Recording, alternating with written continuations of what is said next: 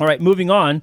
We have the Community Homelanders Association urges FHA's equal treatment of homebuyers despite commission status. So here we are, back-to-back commission lawsuit ramification articles. This one is coming from HousingWire. And the CHLA this week submitted a letter to the Federal Housing Administration, FHA, that urges the agency to provide comparable down payment treatment for FHA borrowers regardless of whether or not the seller is willing to pay the home buyer broker commission.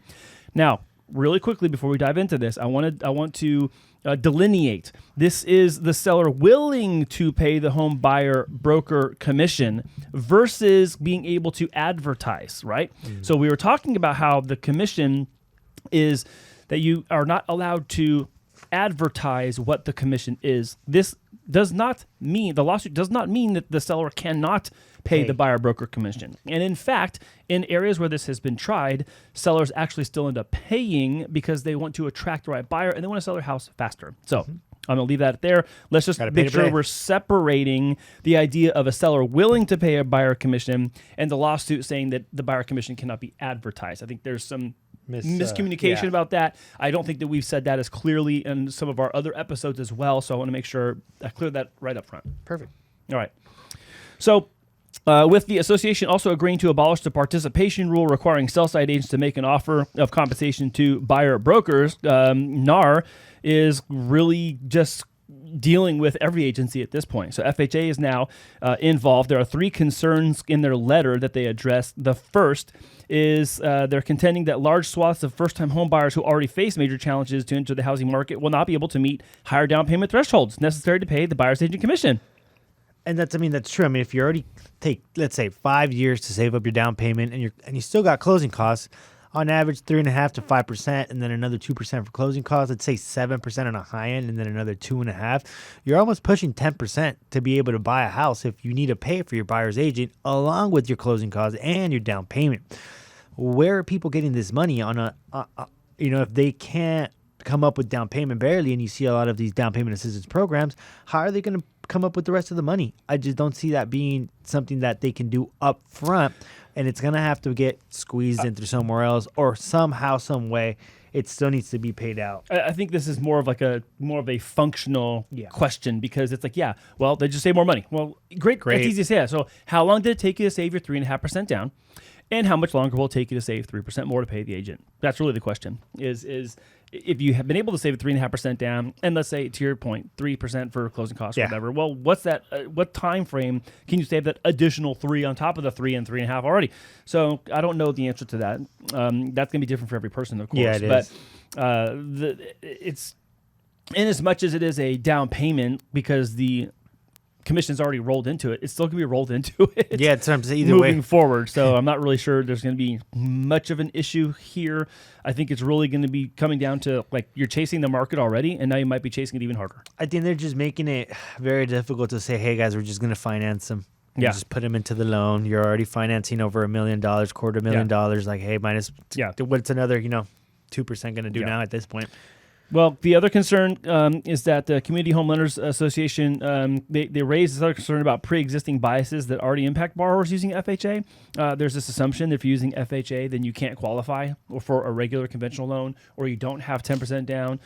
There are situations here where I know FHA was the better way to go, because the FHA financing was actually cheaper than the conventional financing that would have mortgage insurance. So if FHA has, lower down payment, conventional has a higher down payment, they both have mortgage insurance. Well, the one that has a lower monthly payment could be FHA and is not necessarily a worse off borrower. I think before, a lot of people would think conventional is going to be like the strongest because it's, the most, strictest. So if you're able to get approved, you're going to have a strong profile. But it really comes down to what product's going to get the deal done. And what I've noticed is that sometimes, the conventional might be the best route on paper, meaning you have the great credit score, you have the down payment, but the rate and the mortgage insurance still are going to be a little bit higher because they made a little bit of adjustments on your loan level pricing for conventional loans. Now, sometimes at a higher price point, the FHA might actually turn out to be a little bit cheaper because of the fixed lower mortgage insurance that they just dropped, even though it's a little bit amount. But sometimes when you do the numbers, they're off by not that much. And sometimes it used to be a lot different, but now they're They're not too far away. What your point is, and I want everyone to hear this part, is that your point is it can make a big difference. I mean, if the difference was $150 a month, you'd consider that. If it's $5, you're like, nah, okay, no big deal. No big deal. If it's, maybe even if it's $100, but like, oh, well, in this present time, 150, like we'll make it or break it, and even $200, you're still kind of like, oh, okay, I'd rather go that route. Yeah, but this has biases, and I think the bias they're referring to is that FHA is commonly referred or commonly just known as a first-time home buyer's loan, and it's not always first-time home buyers. I mean, I've even heard people misstate that FHA stands for first-time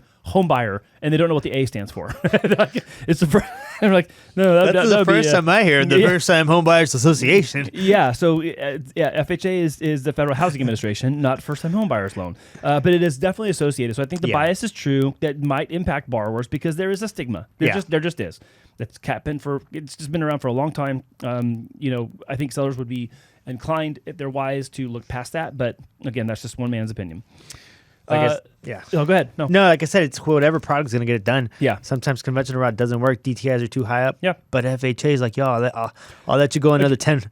Same argument as last week. Look, if the VA buyer makes a higher offer, where are you gonna look at it? Like if they offer you more than the other offers and it's a VA, you're gonna look at it. If you have the highest offer in the stack is the FHA, like you're gonna look at it. All right. The third concern here in this letter was the highlighted third concern stems from the potential for inflated sales price based on commission impacts. Well, again, this goes back to what I've said about this on camera and off camera. Unintended consequences as a result of a well-intended lawsuit. Yeah. Now, the lawsuit wants a certain thing to happen, but there's these ripple effects through the industry. And wouldn't that be a kick in the gut that there would just be more inflated sales prices based on the commission impacts? Oh, well, we're going to inflate our price by 3% because now we need to pay another 3%. Right. Now even though I had already agreed to sell it at this price, including that 3%. So it's funny because they go on to say, the letter provides a series of prototype loan scenarios that could spin out the settlement. Illustrating CHLA's arguments among scenarios is one that CHLA hopes will become standard practice. Yep. Every home seller willing to pay the buyer agent commission as a courtesy without extracting a higher price in exchange for doing so. Yep. There you go. I mean, super clear. I mean, at the end of the day, consumers and sellers aren't going to be like, yeah, no, you know what? We're courteously going to pay you. Like, they're going to try to get as much as they can for the sale of their property and then still be willing to pay, but at a higher price when they feel that they're getting the deal that they believe in. Yeah, and you're also making the argument for why there's agents on both sides of a deal. And we kind of talked about this before, where, it's like you need someone representing you because, I know there are very few people that have been able to do double-ended deal very well, where they actually are representing the seller and the buyer. And I know that they lean towards the seller. It's just kind of the way it goes. But there are circumstances where every once in a while you'll get an agent that can really honestly represent both sides very equally, if you will. And in this case, I mean, this is exactly why. If you are going up against a seller who's got a really good representative agent, and you're on your own, good luck. So you're going to be out negotiated probably. If you're being if you're being acquitted of a crime and you're going to do some time, and they said, hey, the district attorney is going to also represent you, which his job is to get you in jail for the law that you broke or whatever you did, are you going to be like, hey, yo, can you represent me? No, of course not. I understand what I'm saying. You know what I mean? So it's like the seller's going to try to get this listing agent's trying to help the seller sell at a max point, and the buyer's going to try to bring it down. So I'm like, why are you going to go with the person that's going to say, hey, you could get it at this point. Yeah, I'll help you. But at this point, it's probably not the best point for you. It's not the price point for you is what I'm saying. And also get your own counsel. Don't represent yourself in court. Yeah, don't do that at all.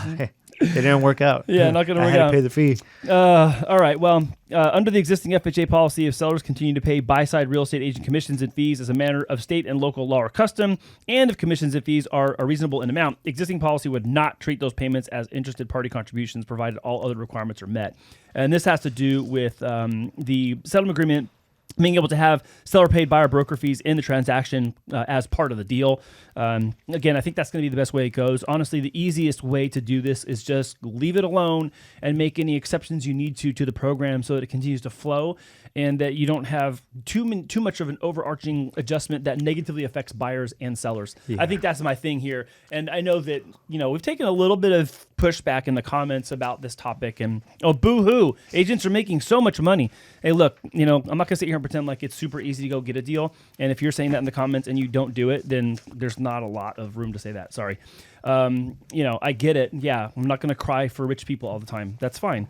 But the point is that these rules are affecting people that are just like you and just like us, that work hard every day, that need to have a way to get ourselves into home ownership. And if you cannot, and then rules unintentionally make it harder, that sucks. And I think you'd agree. Yeah, I agree 100%.